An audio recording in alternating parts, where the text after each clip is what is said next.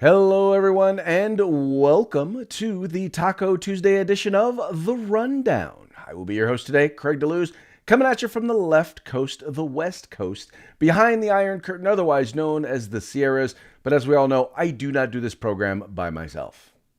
No, you don't. You do it with my assistance. I come to you from the East Coast, the coast with the most, the co-host with the most from the East Coast with the most. I am Mike Piwowarski here on the Rundown, the Taco Tuesday Rundown edition of the Rundown. So enjoy us. It's Second Amendment views and conservative news, bringing it to you here. Christmas week, baby. Christmas week, we're bringing it to you. Christmas week. You know what, Mike? I have to apologize because I did a new setup today and I forgot to upload the Taco Tuesday music. Oh man, that's all right. We could sing it together. You ready? 1, 2, 3. It's raining tacos from out of the sky. Tacos. No need to ask why. Oh, I love that song. Have some more eggnog. There we go. Have some more egg. There you go. Have some more eggnog. I'll see if I can. Yeah, that is a great song, right? Great little cartoon, everything. Yeah. I will see if I can dig it up while we're it's in all the right. midst of the show. Oh, wait. Now, I got to tell you, I think I found it. I think I found it. Hold on. Let's see if we can get this thing in here. Okay. Why is it all of a sudden now you want to give me a hard time? So all of a sudden now the computer wants to give me a hard time. Oh, well.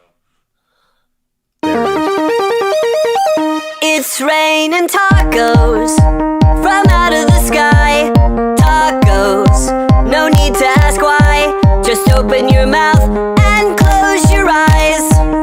It's raining tacos. It's raining tacos out in the street. Tacos, all you can eat. Lettuce and shells, cheese and meat. It's raining tacos. Yum, yum, yum. Yes, I love that song. It makes my Tuesday every week. I was getting into it. Jabbing. Well, we can't get too into it. I mean, we gotta save some for later. Yeah, listen, listen, I get the song was written for American tacos too. It says lettuce, shells, cheese, and meat. Okay. Yeah. There's no cheese on unless there's some queso, Yes, a little bit of Mexican queso just, drizzled on there. Yeah. Right. I had a pair of street tacos and a tamale for lunch today. Well, we're going to be doing pulled pork with our tacos this evening. So we've got the yes, nice. It is nice. in the crock pot as we speak. Ooh, it will be delicious. Carne asada. Yes, it is going to be delicious for dinner. Well, very good. Very good. Enjoy some Tuesday night football too. There's a college game on tonight? No, the NFL is back. Actually, because of the COVID stuff, they actually have some games on Tuesday. I postponed a few games to Tuesday. Yeah, I think Tuesday. The who? The what? The what? The who's the National Football League. Not familiar with them. Yeah, I know you're not. Sorry. But I will be watching some Tuesday night football. Sorry, can't place them. Well, hey, let's go ahead and let's get into today's story, shall we? We got news, folks. We got news. All right. So for those of you who have been following the Violence Against Women Act, now this is a piece of legislation that has always been used to really kind of There's definitely some stuff that is in the Violence Against Women Act that needs to be reinstated. It was something that was in place for a while. It actually lapsed 2 years ago because they were unable to reach an agreement in the Senate, and that was because they basically wanted to add in or increase the number of misdemeanor offenses that would prohibit individuals from being able to own firearms. Now, many people are basically believe that, look, if it's serious enough to where you should lose a fundamental right, it should be a felony. Well, that measure basically lapsed a couple of years ago, and now they've actually reached a deal in the Senate to basically reinstate the Violence Against Women Act. And once again, what it would do is it would add or expand the list of misdemeanor crimes that would cause someone to lose their Second Amendment rights.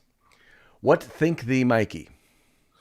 Well, let's say this to start off. I am all for Violence Against Women Act. Okay, let's make Yes. sure we say that. Completely agree. Finish that correctly. Yeah. I'm all for the act that prevents violence against women. Okay, there we Yes. go. There you go. Yeah, because if you say that wrong, you're on the wrong side of the argument. Yes. So, yeah, listen, this was passed, and like Craig, you said, it expired. So the previous agreement had misdemeanors in there for like domestic violence. So if you had a misdemeanor domestic violence conviction under the federal guidelines, federal background check, you would not be allowed to purchase a firearm or possess a firearm, right? So it's expired, and they're trying to get it back in. And before we had Republicans say okay, and we had Democrats say okay. I think what we saw this time was a little bit of Republicans doing the whole "we're not happy with the misdemeanor" thing in there. But it looks like they may have cut the deal rather than lose the entire Violence Against Women Act. They're allowing the misdemeanors to go back in, the bargain of misdemeanors. Now, Craig, I am, you know how I feel about the Second Amendment rights. I think I should be able to get me a Mod Deuce full auto at with Prime overnight, or out of a vending machine. That's how pro 2A I am. That's what shall not be infringed means to me. Having said that, we know that the founding fathers intended, after reading the Federalist Papers and everything else they did, that they did intend for there to be certain restrictions against certain people, and those people were, pretty unanimously thought to be felons. Now, remember, back in the day, in order to be a felon, it had to be a violent crime. Since then, we've had much more felonies, be included in that. So there's still that gray area of even which felony should be in, was what the founding fathers wanted. One thing they did not want was tiny little misdemeanors in there. All right. Everybody remembers the terms high crimes and misdemeanors, right? High crimes and misdemeanors. They intended high crimes. They did not intend misdemeanors to be restrictive. Domestic violence is a touchy one, though, Craig. We ready to go there? We ready to have this conversation, you and me? Well, I just don't know that domestic violence should be considered. I don't know that domestic violence should be considered a misdemeanor. I guess that's the point. I think it depends on what we're talking about here as "quote unquote" domestic violence. Well, the way that it's enforced and the way that it is, it's used so much now as a proactive tool to try and prevent any further violence against a spouse, and it doesn't matter if it's a man or a woman with the spouse. Mm-hmm. It is usually a misdemeanor battery is a non-arrestable offense unless it was witnessed by the officer. It's considered one of those misdemeanor exceptions. Domestic violence clearly makes that a misdemeanor exception. So the law enforcement officer does not have to witness this misdemeanor to make an arrest. Okay. So again, they're trying to prevent further acts of violence from coming, because remember, this is not just a guy at a park or in a bar fight or something like that. This is, I mean, I hate to say it, but this is more intense kind of violence or hate. Right? You get in a fight with a spouse for whatever reason it happens to be. It's not just your simple fight, right? There's more history to it. Let's say that. Mm-hmm. So they think it has the tendency to reach more violence. We know that with domestic violence laws, the spousal deaths have gone down. All right. So it's one of those where you and I believe in trusting the science and reading the numbers. Those numbers have proven out. However, on the flip side, I don't believe that a misdemeanor domestic violence conviction should prevent you from owning a firearm. Right. What I think it might do is, if there's an injunction in place, maybe then there's a temporary restriction, until, listen, if you guys live together, I'm just throwing an example out. They live together, they're beating the hell out of each other, and there's an injunction in place, and he's breaking down the door to get to her. That might be a good time to restrict his access to firearms. Now, if he ends up convicted with a misdemeanor conviction and they're apart, that's not a felony conviction. He should no longer be restricted from the firearms. Well, first of all, if you have domestic violence is one of those ones we have to weave carefully. If you have a temporary restraining order, then you already are prohibited. So correct. So you are prohibited if you have a TRO. Yes. That's what I'm saying. So we shouldn't have to worry about a domestic violence, I guess in cases like this, what I would rather see is the judge have the discretion to be able to all right, I can look at the case, I can look at the particular case and what happened and determine whether or not I want this to be at least temporarily prohibiting as opposed to permanently prohibiting. There's two words you and I are both looking for right here that we both want to see in this to make this acceptable. Due process. There you go. And evidently, according to Senator Ernst and Markowski, this bill has the due process aspects of it. If it does, I think we'll see more Republicans maybe getting behind it and supporting it. And if it doesn't, they won't. But it's definitely something to keep an eye on. And I know that many in the gun rights community are firmly opposed to this. So at the very least, it's worth keeping an eye on. Let me say this too before we head off of it. Check with your state. Your state may have many restrictions you don't know about. It's not just the feds. I'm sitting here in the gunshine state in the state of Florida, right, and we have those domestic violence restrictions. We have the DUI, alcohol restrictions. If you get a DUI, misdemeanor, go pay your fine, be done with it. You're restricted for 2 years after that for to not have a firearm in Florida. Oh, I did not know that. It's an alcohol-related crime, and they think that because you're convicted of DUI, that you may have some sort of a chemical substance abuse problem, and you cannot have a firearm. Ah, interesting. That's That's not even the case in California. Wow. Yep. Check your states. Check your states. You might not. Yeah, I know in California, this is kind of it really doesn't matter because this is already law in California. In fact, there are a significant number of misdemeanors in California. Too many in my eyes, in my opinion, that are in fact prohibiting in the state of California. But it is what it is. But yeah, check your state because whether or not this passes may not have any effect on what happens in your particular state. That's an excellent point, Mike. Yep. So anyway, keep an eye on this, folks. It's definitely worth keeping an eye on. Okay, moving right along. Let's see, where are we here? Okay.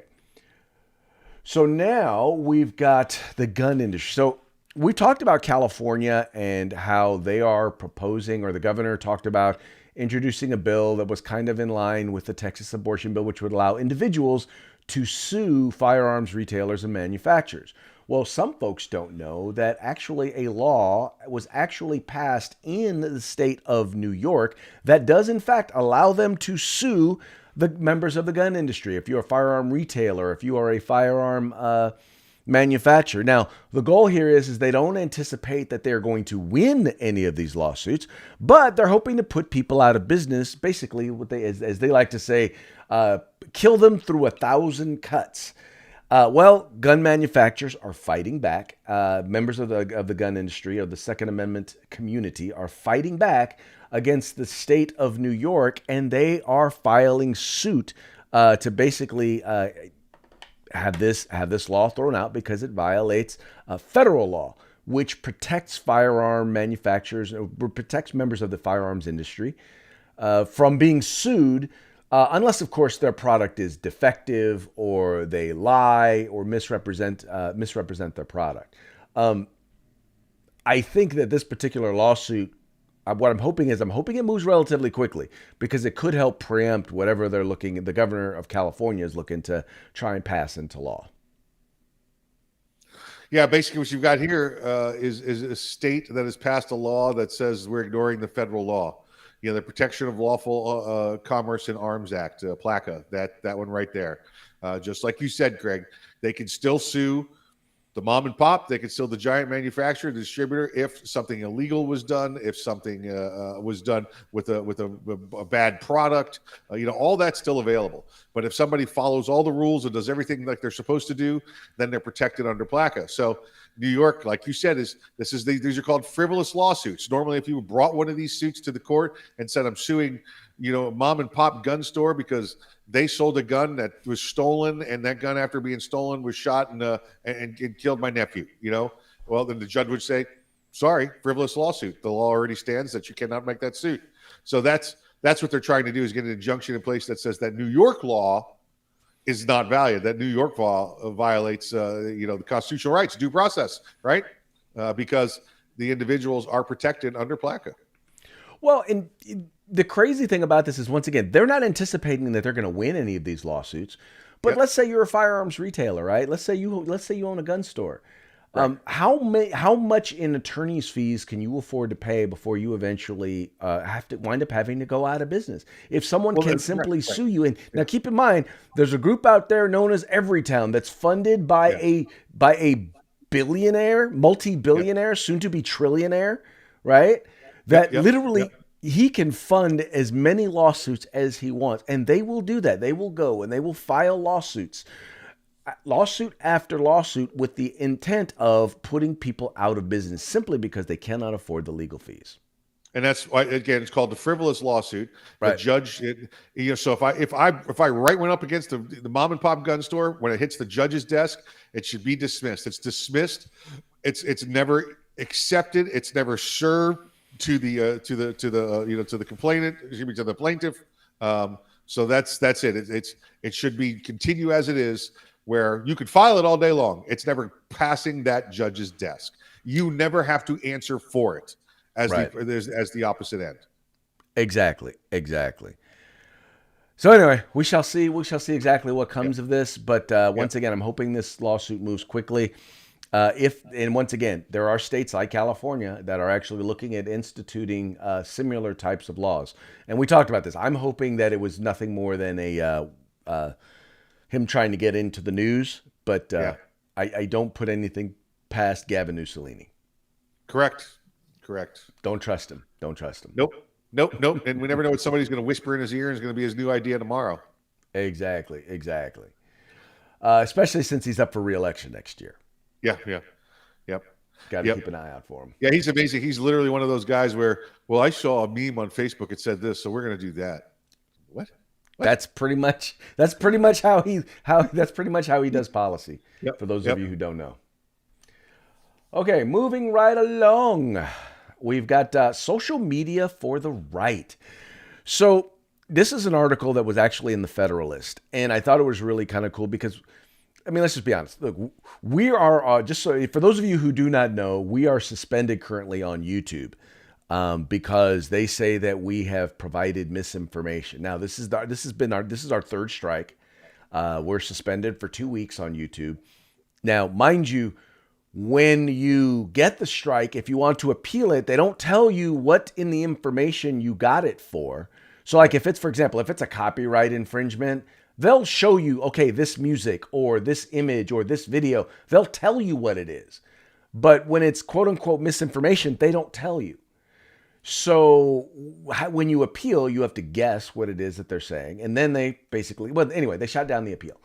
So now what you've got on the right, or at the very least, you've got you have some folks who are not necessarily on the right, but they are open to free speech, like Rumble and Parler. But at the same time, you have former President Donald Trump, who's actually starting up his own social media. And they're developing their own infrastructure. And keep in mind, now, unlike, for example, with Parler, they were on Amazon's web service, right? Which, by the way, you'd be surprised how many companies are actually hosted on web servers owned by Amazon. That's their biggest part of their business, not the store. Now, having said that, so now you've got the right is actually not just creating their own services, but they're actually now building the actual infrastructure where those things are going to, in fact, be hosted. The videos and the posts and the social media services. And by the way, now the left is going nuts behind it. Yes, they are. Yes, they are. They're realizing that this is not something they may be able to capture, not something they may be able to control, and so they're trying to find any method possible, legal, procedural, administrative, looking, every federal agency they can find, trying to find some way to say that this can't be done because they are absolutely against the right having a voice that is not filtered by the left. Well, and Axios actually launched they call it the echo chamber accusation, and they wrote a full article on it. And once again, the problem is they don't understand, or at least they don't accept the fact that, look, the mainstream media is a left-wing echo chamber. Yes. all you have to do is pick out whatever the issue of the day is and go from talk show host to talk show host to talk show host, from article to article to article, and you see the exact same buzzwords being used by everybody. And there's too many videos on YouTube mocking this for people not to understand or get that it in fact happens. We know that it happens. Right. And yet you, with the exception of Fox or One America News or Newsmax or The Blaze, you really don't see any other alternative. You don't see any other perspective on any of these stories, or even just you don't see the stories reported. Right. Yeah. No, you're absolutely right. It's just what's the story this week? We were trying to find the Maxwell trial, right? Show me any information, any news about it at all. No, complete media silence on that because they don't want any of that getting out. Well, exactly. They don't want it getting out. And it's funny how, once again, you notice the images, for example, Jeffrey Epstein, the images that they show all the time, right? Every place you go, the only images that you ever see are images of Donald Trump with Jeffrey Epstein. I think there was one photo. Right. They weren't even like together, right? Yeah. They weren't even looking or talking to each other. They just happened to be in close proximity to one another. Yep. And yet and still, that's the image that you see all the time. Yep. Exactly. But there are tons of images out there, tons of them, tons of images with Republicans. I mean, with Democrats. Here, I'm the reason why I'm kind of stammering over my words is because there's one image in particular someone sent to me, and I wanted to put it on here. Here it is. I just found it. Don't be lawyer like it. Don't be lawyer like it. Yeah, I'll just do this. Bam, that one. Yep. Yeah. Anybody recognize that particular person that is with Jeffrey Epstein? Yeah, it's Terry Hatcher, right? No? Is that a Kardashian? Who is that? That's Kamala Harris. Oh, is that? No way. That's Kamala Harris, yes, with Jeffrey Epstein. White. No, that person's white. No, it's just it's a bad image. But yes, no, that is Kamala Harris and Jeffrey Epstein. Right? Well, but you don't see that photo. You don't see that photo anywhere, right? You don't see the photos of all the Democrats that hung out. And by the way, he was a big-time Democratic donor. Yes. But you don't see or hear anything about it. Why? He made plenty of donations. Yeah. Why? Because mainstream media. That's why you don't hear it. He was one of the largest Democrat donors. But that's the reason why you don't hear anything about it. Because, well, absolutely. Hey. Yep. Do you know what Jeffrey Epstein and my Christmas lights have in common, Craig? They didn't hang themselves. Didn't hang themselves.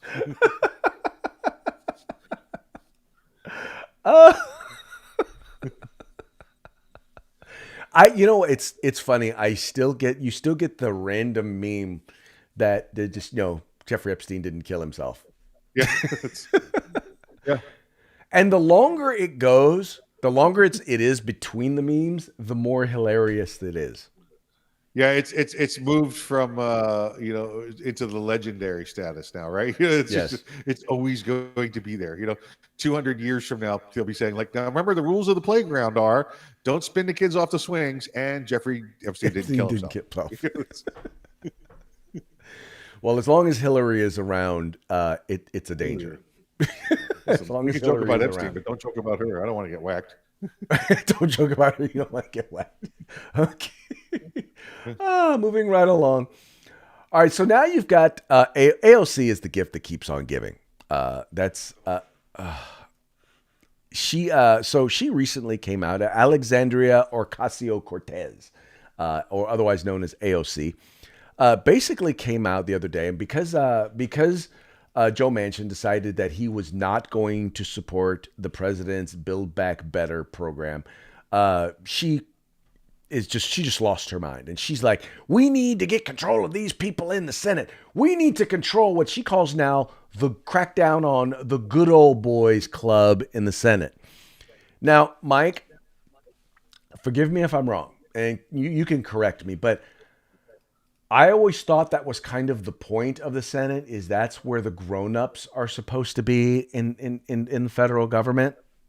Am I incorrect? Am I incorrect in Well, that? you're right, and this is the exact thing. This is the child, complaining that the school puts too many rules on them. Like they won't let us go home from class early. They want us to go to lunch and not smoke out in the backyard. And that's what it is. This is the children complaining that the adults are doing too many things the way according to the rules, and they want to Right. do it differently. Listen, I told you I can't take this woman seriously. She was Alex the bartender when I met her. So Alex the uh, bartender. yep. Well, and she's demonstrating that she has probably partaken a little bit too much of her own product. Glug glug glug. At least maybe she shouldn't do it. It's fine if you decide to do that, but maybe you shouldn't do it before you talk to the media or before you step up before a microphone. Something's got to happen. Whether she needs to take a drink before she talks, just to slow her down a little, or Right. get her off the goofy juice, because this one's she's whacked. She's got stuff comes out of her mouth, and you're like, you like methane from cows, right? That's what you're talking about. She gets zero credibility whatsoever. Well, and she's the problem is that there's this belief that he is supposed to fold and do whatever the president wants. And I'm sorry, but he was elected by the people of West Virginia. West And by he needs- God, Virginia. Yes, he's supposed to do what it is that they would want him to do. And if they don't like what he does, then they won't reelect him. But my understanding, and every poll that I've seen, is he is more popular now than he was last week, primarily Right. because he's standing up to to Democrats. And Craig has seen a lot of polls, folks. Yeah, right. Okay, we're just going to leave that there. All right, let's move on to our parting shot, shall we? Parting shot. This is a fun one. Well, I'll just put it this way, and this once again goes back to why I think Build Back Better, killing it, was such a good idea. Because as Democrats said, it fundamentally transformed the relationship between the government and the people. And some people just don't seem to understand that if you're going to keep trusting the government until your pronouns are was and were. Yep. Yeah. Listen, Greg, if Build Back Better had been 1/4 of what they said it was, Right. we might have given it some consideration. But it was like, Build Back Better. Okay, this was the infrastructure bill, right? I'm Right. going to rebuild bridges, rebuild roadways, rebuild tunnels, rebuild aquifers, dams. That's what infrastructure is, right? Maybe some federal buildings, maybe some aqueducts out there in California. But it was nothing. It was less than 1/4 of it was what that was going to. Well, no, and that was, by the way, that was the infrastructure bill that actually passed. This was the social spending bill, right? Which was the continuation of Exactly. the plan here. Yes. So of the original bill, less than 1/4 of it was actual infrastructure. This was not infrastructure. This was this was the continuation. This was the handouts. carry on of that plan. Right. He said that was step 1. This was step 2. This was to build on that. Well, you can't build on anything if you didn't build anything in the first place. Well, exactly. All this was another bill of giving money away. Yeah, you can't build back if you didn't build in the first place. Exactly. Yep. I am not a fan, by the way, of how on the Zoom meetings where they have the pronouns. I am not a fan of including the pronouns, although I have considered now putting non-menstruating person. Listen, I know a couple of dudes that would not apply to. Just so you know. Always some moody dudes. I'm considering adopting that as my pronoun, non-menstruating person. Let's see if I can pull this up here. I don't know if this is going to work here real quick. Let's see. I have my. What? No, just stop. Show me my. There you go. I've got my pronouns, my words that I want to be called there. I can't read it. Oh, boop. Beep, bop, bop, boop. Boop. Oh, beep, bop, boop. There you go. Beep, bop, boop. Those are the pronouns I want. Beep, bop, boop. All right. Well, while you're announcing your pronouns, how about a shout out to our sponsors? Hey, let's talk about Guerrilla Machining Grid Defense and our good friends at the California Republic Assembly. Make sure you reach out to all of them. There's still time, folks. There's still time. You can make your order. You can get your product there to your spouse, to yourself. Make it to yourself. You know what? Who cares if it shows up on the 27th or 28th? It's to yourself. You're looking for something to do anyway. Instead of eating flaming turkey wings, you know, or whatever you happen to have.